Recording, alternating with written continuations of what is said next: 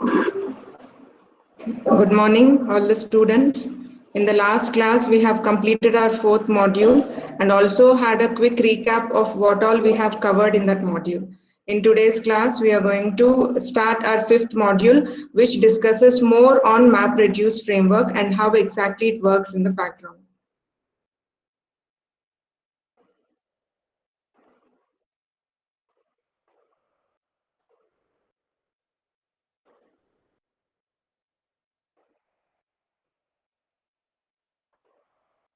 Okay, now in this chapter, let us learn what is MapReduce and how it works as a programming model for data processing, right? So MapReduce is a programming model or is a framework for performing the data processing, large volumes of data processing, humongous volumes of data processing. Now Hadoop can run MapReduce programs written in various languages, not only in Java, but it can also run programs written in C, C++, Ruby. Lots of other program languages are also supported by MapReduce, right? It is compatible enough to write programs in any programming language. And MapReduce programs are inherently parallel, means they are not run by a single thread. You can simultaneously run these MapReduce programs on multiple machines in a cluster of machines, in a HDFS cluster, right? So all these programs simultaneously run on multiple machines in order to achieve the task of data processing to give results as quick as possible. Now, before going to understand how exactly it is performed on a HDFS cluster, let us understand at a smaller scale how this MapReduce program works. Okay, this is a toy example which is very famous in order to understand this MapReduce task. Now, observe this carefully. In the initial stage, this program, this example is to count the number of words in a given text.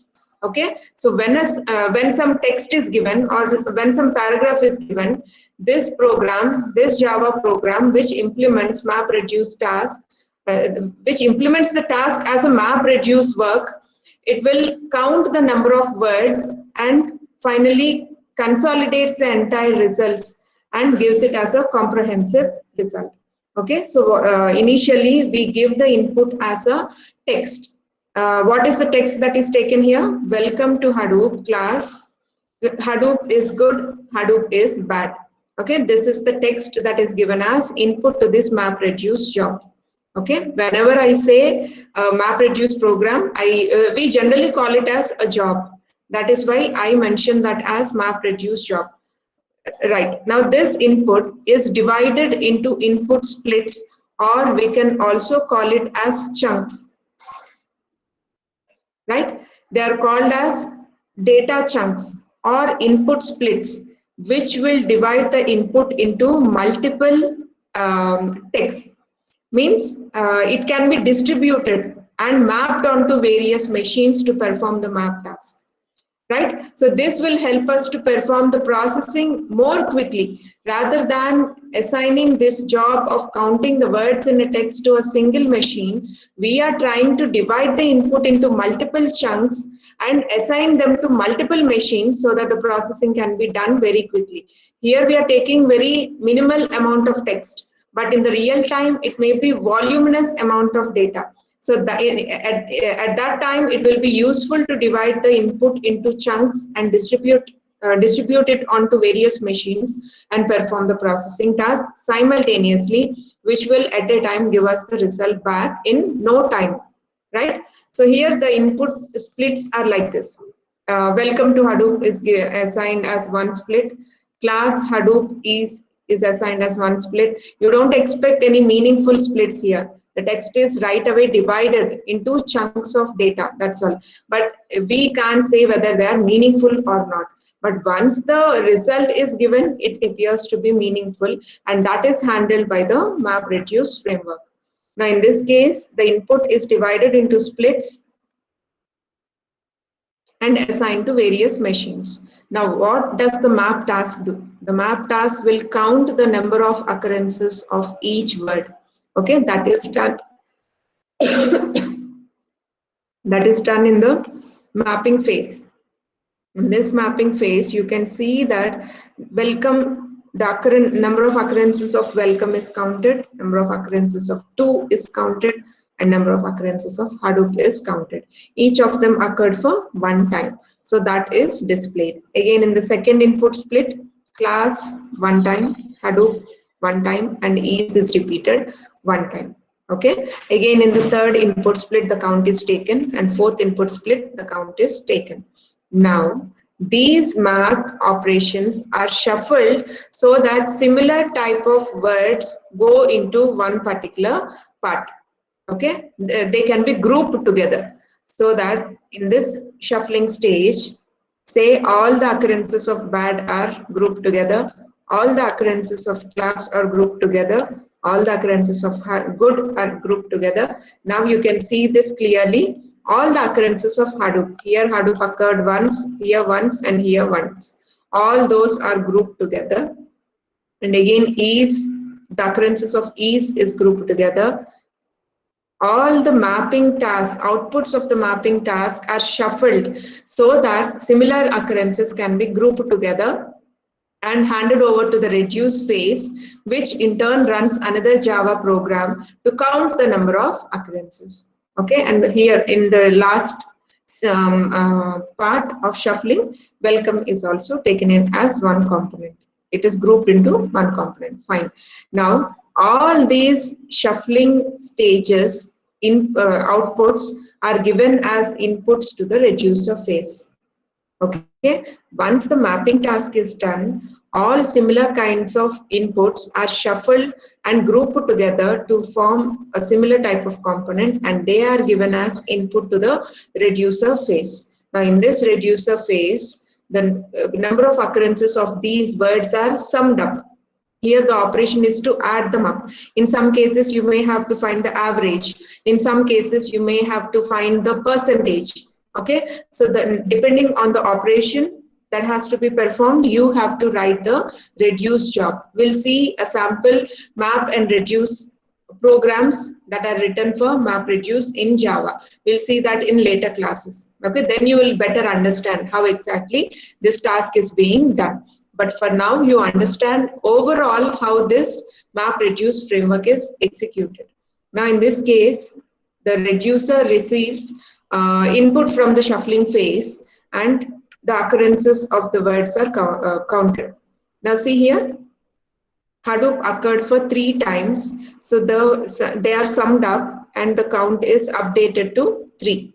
Here ease occurred for 2 times, to occurred for 1 time, and welcome occurred for 1 time again. Now, what does a reducer do? The reducer will consolidate it. The meaning lies in the name itself.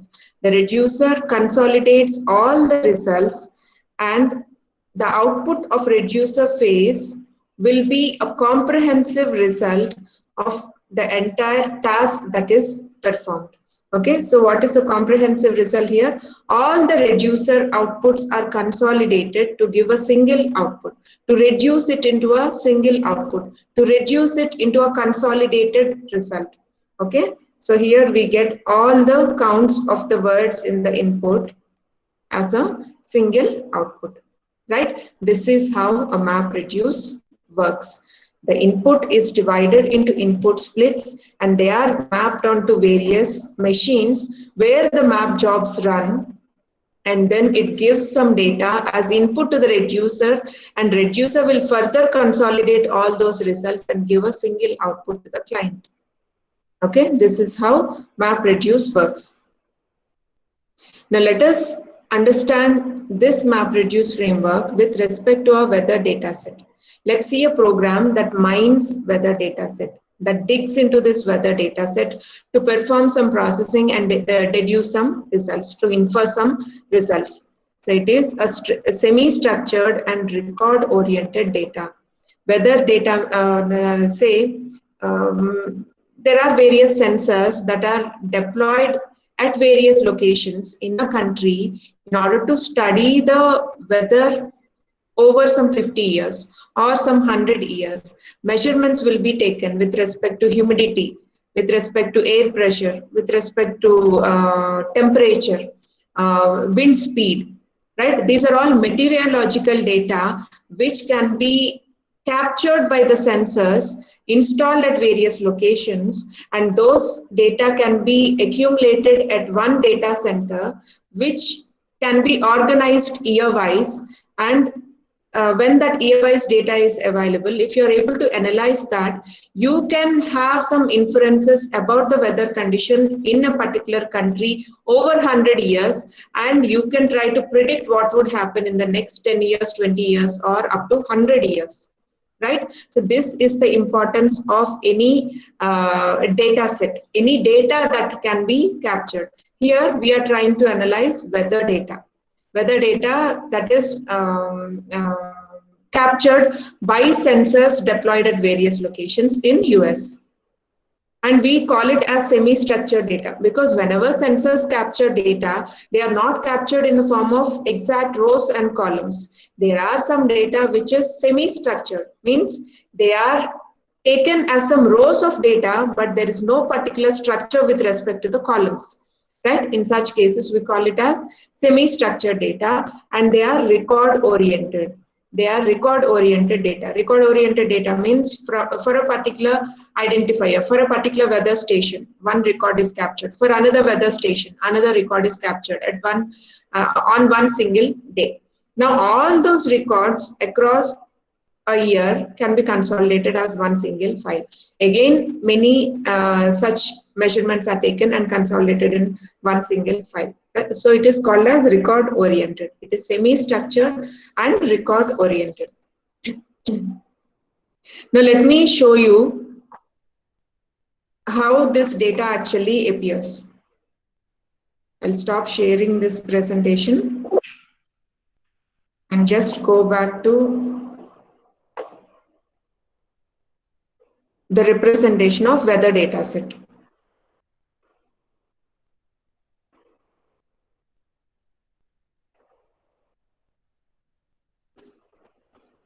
Can you see this, students, clearly? Should I zoom in much more? Now it is clear?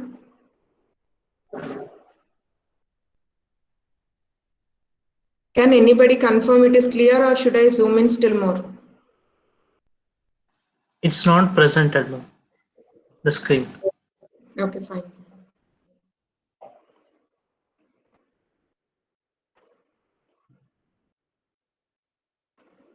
Now?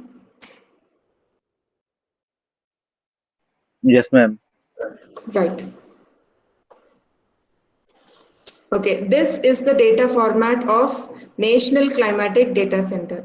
The data we are going to use to understand how MapReduce works, how to write Java programs for Map and Reduce. Let's take a sample data set. And here we are taking the data set from National Climatic Data Center. The data is stored here using a line-oriented ASCII format. Right? These records are mainly in a line-oriented ASCII format, in which each line is a record. Okay.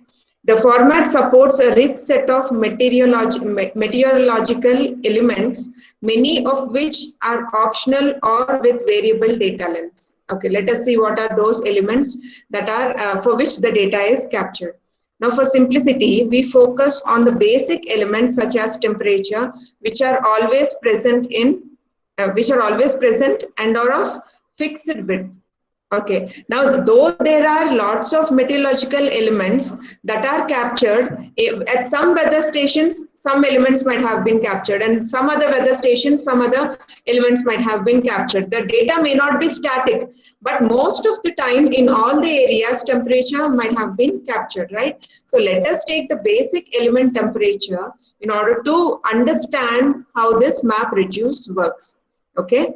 Now let me show you how a sample line with some of the salient fields are highlighted here. The line has been split into multiple lines to show each field. In the real life, fields are packed into one line with no delimiters. Means here, for the representation's sake, we are dividing it into multiple lines and showing the data. But in the real time, when the data is captured at the weather stations where the sensors are deployed, they will not appear like this line after line. all this data will be put into a single line. Say you can notice here. See here, I'm highlighting, you can notice here 0057, 3321, 9999. All these will appear in a single line as a single record for one particular weather station, right? They don't appear like this in multiple lines, which actually is very clear. So for you to understand in real time how the data would be and how we have to split it and make it more meaningful for us, I'm going to show you. Okay, but actually it doesn't appear so clear and easy for us to understand, right? All the fields are packed into one line with no delimiters. You don't have any tabs, you don't have any commas, you don't have any full stops. They'll be captured in a single line. Only the domain experts will understand where, what data appears in which part of the record. Okay. Now let me show you how the format of a National Climatic Data Center record looks like after splitting it into multiple lines, right? So here we can take the example of say 57th record. I'm highlighting each line which I'm trying to explain. Focus students here. 0057 can be the offset from which the record starts. See, all these records are captured into a file, right? So one record starts at the offset 0, then some data is captured. Now what is the offset here? Say 27. So next record starts from 27, all the data is captured. Now say next record starts at 75. So the offset is 75 and all that particular record's data is captured in a single line. So what is happening here? The first line indicates the offset from which this record starts in the file. Okay. Now you observe this first identifier. This is the identifier of a weather station. Here, this identifier represents US Air Force weather station. Okay, USAF stands for US Air Force, United States Air Force Base. There some sensor have been deployed, and for that sensor an identifier is given here. 332130. Again, you can see another identifier given here for another weather station, that is Weather Bureau of Air Force and Navy. Okay, for at that particular station, another sensor is deployed, and to identify that sensor, another identifier is taken. Okay, so this what we understood from this, at the beginning of each record, you will have that sensor's identifier, which indicates from which weather station that weather information is captured. Okay. Now, next field tells us about the observation date. Here the observation date is 1950, January 1st. Okay, this is how we need to understand. If we see it as a normal text, it doesn't make any sense. But the domain experts will help us to understand what each part of the record represents. Based on that only we can write our MapReduce programs. That is why you should have remembered in the first, second chapters, when we are trying to learn about the people involved in analytical application development, we also have domain experts, right? So domain experts will help us to understand the data that has to be analyzed. Okay, so based on their help given, we can understand that this is observation data, observation date means the date on which this entire record is captured. This entire set of measurements for various meteorological elements are captured, for various weather conditions are captured, right? So next represents the observation time. Okay, this may be 3 a.m. or 3 p.m. In the original record, it might have appeared in some form of text, but here while splitting it, we are just taking it as 3, which indicates the observation time. And then you also have the details about latitude and longitude, where that sensor has been deployed, which will help us to understand the weather condition at that geographical location. Okay, and the elevation in meters. from the sea level, what is the elevation, means at what height the weather sensor has been deployed to read the weather conditions. Now, the wind direction in terms of degrees and the quality code. This quality code indicates whether the data is properly captured or not. If the quality code is 999, then it indicates it is an erroneous code that is captured, erroneous measurement that is captured. But if the quality code is 1, then it indicates the measurement is taken perfectly. Okay, so this 320 is the wind direction and quality code for that measurement. Yes, it is correct measurement. Again, you can see here sky ceiling height in meters and the quality code. What do we mean by the sky ceiling height? From the ground level or from the sea level, the distance between the sea level or ground level till the lowest part of the cloud when sky is covered with, when half of the sky is covered with clouds. Okay, that is called as sky ceiling height. I'm repeating again, from the ground level or from the sea level, the distance between that level to the lowest part of the cloud that occupied the sky. Okay, that is called as sky ceiling height, and it is measured in meters. And here it is 00450 along with its quality code. Yes, it is perfectly captured again. And now you can take this visibility distance. Say at that point of time when the measurement is being captured, what is the visibility? Say if some fog is there, the visibility will be low.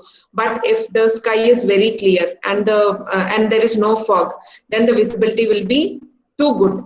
Okay, so what is the extent of visibility, say in case when fog is there or when fog is absent? Okay, that visibility is again taken. Here it is 10,000 meters visibility. Okay, means 10 kilometers visibility is present. Clear visibility is there, which indicates lesser presence of fog.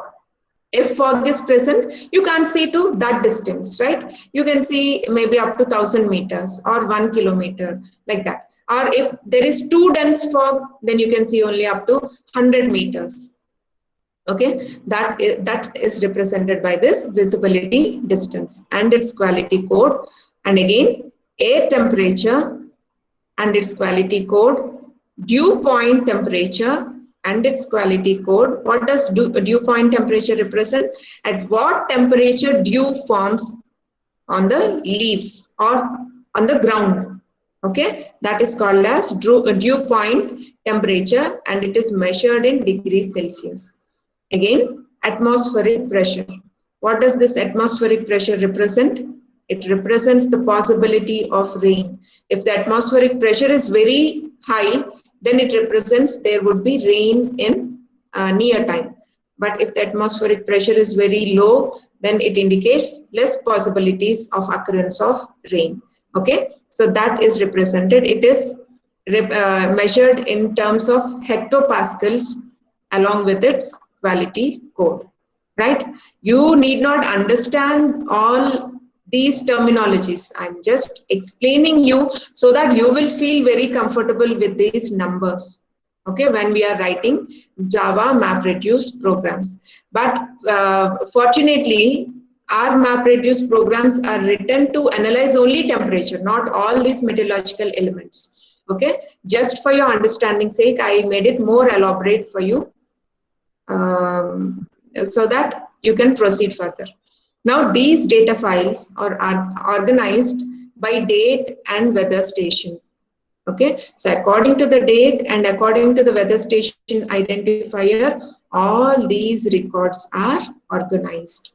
Now, there is a directory for each year from 1901 to 2001. So, how many years data you have here? Nearly 100 years data is available with this National Climatic Data Center. That is very, very good amount of data to perform the analysis. If you can analyze the weather patterns in last 100 years, that is a huge amount of data that will help you to predict something into the future. Yes, in last 100 years, this is the rainfall measurement, or a drought has occurred in this particular area, or this is the humidity. Based on this weather conditions, if you can predict what would be the weather into the future, you can do lots of things like suggesting which crop has to be grown in a particular area, or which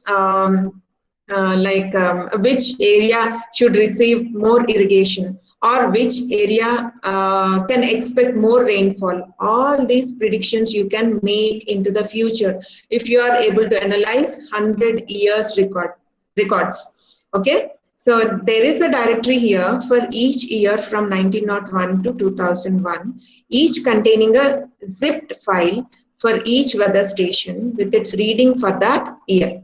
Okay, so for that year, in a single weather station, what are all the readings that are taken? They are zipped and kept as a zipped file. They are compressed and kept as a zipped file. For example, here are the first entries for 1990. So when you list out in Hadoop file system, when you list out the raw data for 1990, it is not a processed data, it is raw data we are taking to analyze. Okay, the raw data for 1990, if you ask it to list out all the head files means top 10 files, okay, then it displays all the top 10 files in 1990 in various weather stations. Okay. Now, since there are tens of thousands of weather stations, the whole data set is made up of a large number of relatively small files. Understand, students, carefully. You have a large volume of data. You have 100 years data, and that 100 years data is again captured for number of weather stations, not a single weather station. Number of weather stations deployed across the nation, deployed across the country. Now, there are tens of thousands of weather stations in real time, and the whole data set is made up of a large number of relatively small files, right? There are large number of relatively small files. Each file contains some records of data, not too big data, but the number is very large. These number of small files are very large. It is generally easier and more efficient to process a smaller number of relatively large files, so the data was pre-processed so that each year's readings were concatenated into a single file. So we already understood that it is always good to work on small number of large files rather than large number of small files, because HDFS cluster's name node also will be overwhelmed with this large number of small files. So it is always a good practice to reduce them into a small number of large files. Okay, for that what we have to do, it is generally easier and more efficient to process a smaller number of relatively large files. For that, the data was pre-processed. The data is refined. The data is given some makeup in order so that each year's readings were concatenated into a single file. Each year's data across all the weather stations in a country are put into a single file. So it will be more easier for us to keep track of the data. Got it? Now let us go back to our presentation.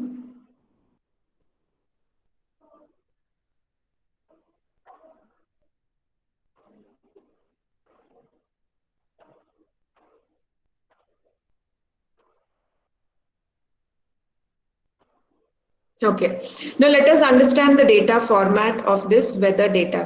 We have already seen how it is captured in the form of files. Okay, so that we made some small number of large files. Now the data we are going to use is from National Climatic Data Center. Yes, we know that. Now since there are tens of thousands of weather stations, the whole data is made up of large number of relatively small files. And we have also found alternative for that. It is generally easier and more efficient to process a small number of relatively large files. So what we have done, we have pre-processed the data so that each year's readings across all the weather stations in a country are concatenated into a single file.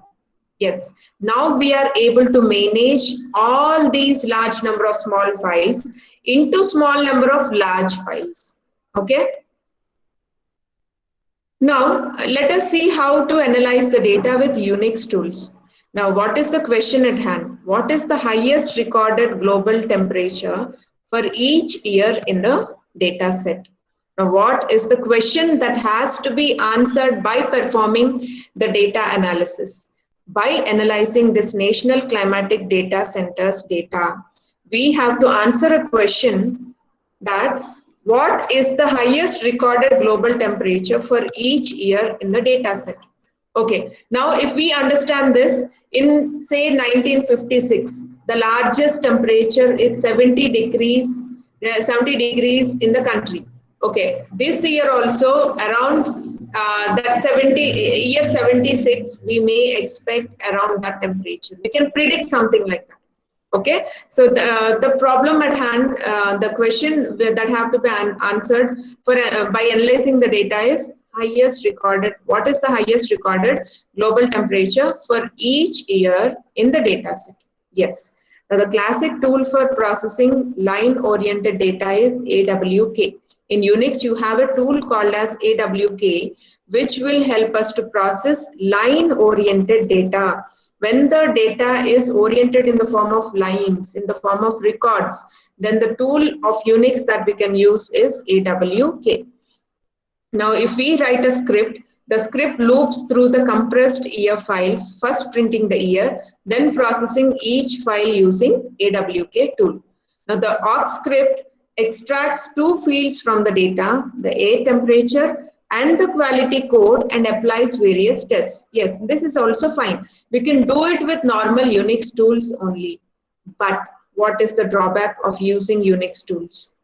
Why we should go for MapReduce? What is the drawback? To find the maximum temperature for each file and then the complete run for the century, for entire 100 years, it will take 42 minutes in one run on single elastic cloud computing, on single elastic cloud with high CPU, extra large instance. If you run this process, if you run this processing task, it will take around 42 minutes to complete the task. And that is huge amount of time to wait for to get the results. Right? So Unix tools are not as capable enough as MapReduce to perform this analysis of huge amounts of data. Now, to speed up the processing, we need to run parts of the program in parallel, right? Unix tools can't do that. If you want to speed up the processing task, if you want to get the results in no time, we need to run parts of the program in parallel, divide the task. Rather than giving the task to one student, if I divide the task among multiple students, I can quickly get the output, right?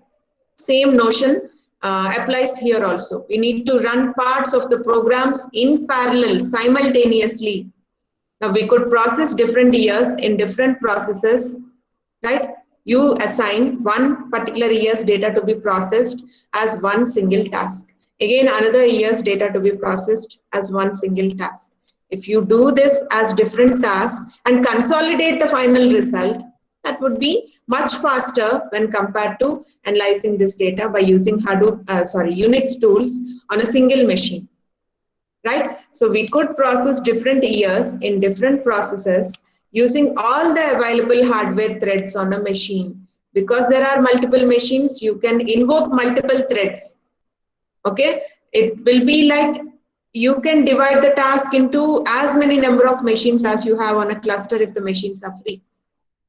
Okay, that will make the processing task much faster. So we could process different years in different processes using all the available hardware threads, all the available processes that are available on a cluster on different machines. But there are few problems with this. We can distribute the work, but what are the underlying problems? We should know and try to address them in order to get best out of this framework.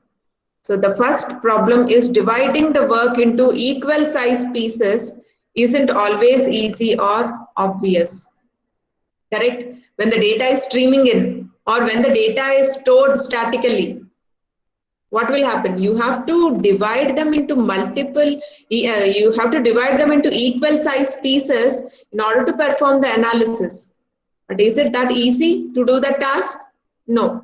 Second, combining the results from independent process may need further processing. Yes. What is the second issue that you may face?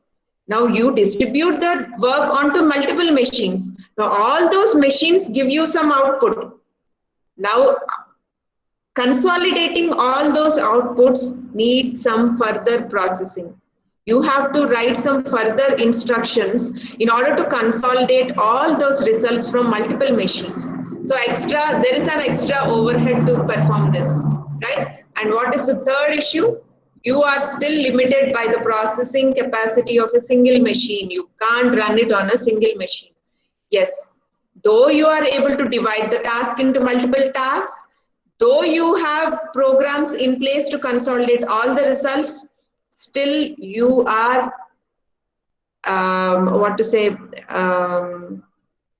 locked. You're still restricted with the limited processing capacity of a single machine. Single machine can't do beyond its capability, right? So you're still limited by the processing capacity of a single machine. Now, if multiple machines are used, coordination and reliability problems arise. Always there are some pros and cons with respect to every issue with respect to every feature that you're trying to add to your existing architecture. Now, if multiple machines are used, what is the next step you have to address? What is the next issue you have to address? You have to coordinate between them very well, and the reliability problems may arise. Now, if one node fails, what will happen? If one machine fails, what will happen? If data on that machine gets corrupted, what will happen? Lots of problems may arise. Now, who runs the overall job? Who will take care of coordinating between all these jobs? How do we deal with failed processes? If some process fails in the middle, who will take care of assigning that process to a healthy machine and start executing that task so that the client receives a reliable result? Understand carefully, if one job is divided into 5 different jobs and one job failed and only 4 jobs outputs are consolidated and the output is given, what will happen? Is the result reliable? No. The fifth part of the job is missing, right? So the result is not reliable. Now, who will take care of dealing with failed processes so that the overall job is run successfully and a consolidated, reliable result? I am highlighting this point. Reliable result is given. How do the client have confidence that he received a reliable result? Using a framework like Hadoop to take care of these issues is a great help to us. Now, MapReduce framework is at our rescue in order to address all these issues when some job has to be run simultaneously on multiple machines. MapReduce framework, MapReduce architecture will address all these issues. Okay? Now, MapReduce works by breaking the processing into 2 phases. How is the processing done? By dividing the processing into 2 phases, map phase and reduce phase. There are 2 phases in this job, the map phase and reduce phase. Each phase has key value pairs as input and output, and the types of which may be chosen by the programmer. Okay, so each phase, how the key value pairs have to work, their types can be customized by the programmer in order to give the input and get the output. The programmer also specifies 2 functions, the map function and the reduce function, right? So the programmer has the what to say, flexibility, has the chance to specify two different functions to perform this analysis process. That is to give a map function and a reduce. Okay. Yeah. Still, we have to complete lot of topics before completing this lecture. So, due to lack of time, I'll stop here and continue this in the next class. I just want to know how good you understood today's class. Students? Vinny? Yes, ma'am. Did you understand? Yes, ma'am. Rajeshwari?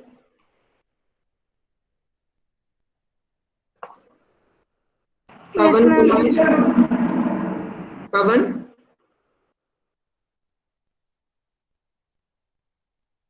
Pavan, are you there? Vishal? Yes, ma'am. Yeah. Okay, so all of you are able to follow, right? In next class, we'll complete this part of the lecture and then move forward. I just wanted to go very slowly because these are very critical topics that you need to pay much focus. So let's go as slowly as possible. There is no hurry for us because we are already in 5th module. Let's go very slowly and stop me wherever you have a doubt. Okay, we'll meet in the next class. Stay back for taking attendance.